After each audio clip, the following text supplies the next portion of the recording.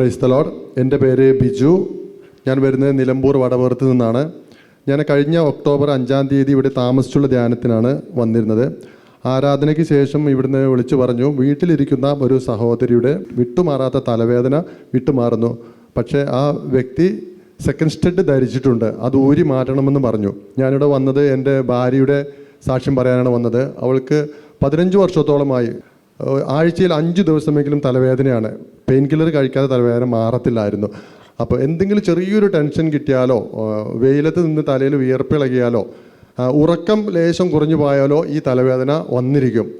അങ്ങനെ ഞാൻ വീട്ടിൽ പോയിട്ട് ധ്യാനമൊക്കെ കഴിഞ്ഞ് അവൾ ആഗ്രഹിച്ച ഇട്ടിരുന്ന ആ ഒരു സെക്കൻഡ് സ്റ്റഡ് മേക്കാതെ ഊരി മാറ്റാൻ പറഞ്ഞപ്പോൾ യാതൊരു സങ്കോചവുമില്ലാതെ അത് ഊരി മാറ്റുകയും ചെയ്തു.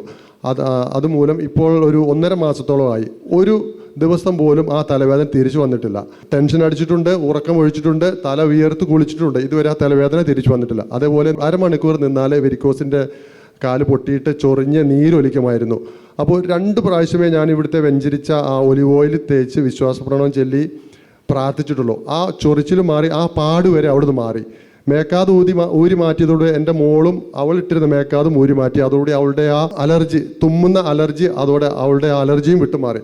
കൂടാതെ വിശുദ്ധ അന്തോണീസ് പുണ്യവാളോട് പ്രാർത്ഥിച്ചിട്ട് എൻ്റെ 2 വർഷത്തോളമായി കാണാതെ പോയ എൻ്റെ വെഡ്ഡിങ് റിങ് തിരിച്ചു കിട്ടി. 1 പവൻ്റെ കൊച്ചിൻ്റെ ഒരു മാല തിരിച്ചു കിട്ടി. ഇപ്പോൾ ഇതാ ഇന്നലെ എൻ്റെ വീടിൻ്റെ കാണാതെ പോയ ഒരാധാരം തിരിച്ചു കിട്ടിയിരിക്കുന്നു. യേശുവേ നന്ദി, യേശുവേ സ്തോത്രം. ശക്തമായിട്ട് കൈകളടിച്ച് നമുക്ക് കർത്താവിന് നന്ദി പറയാം.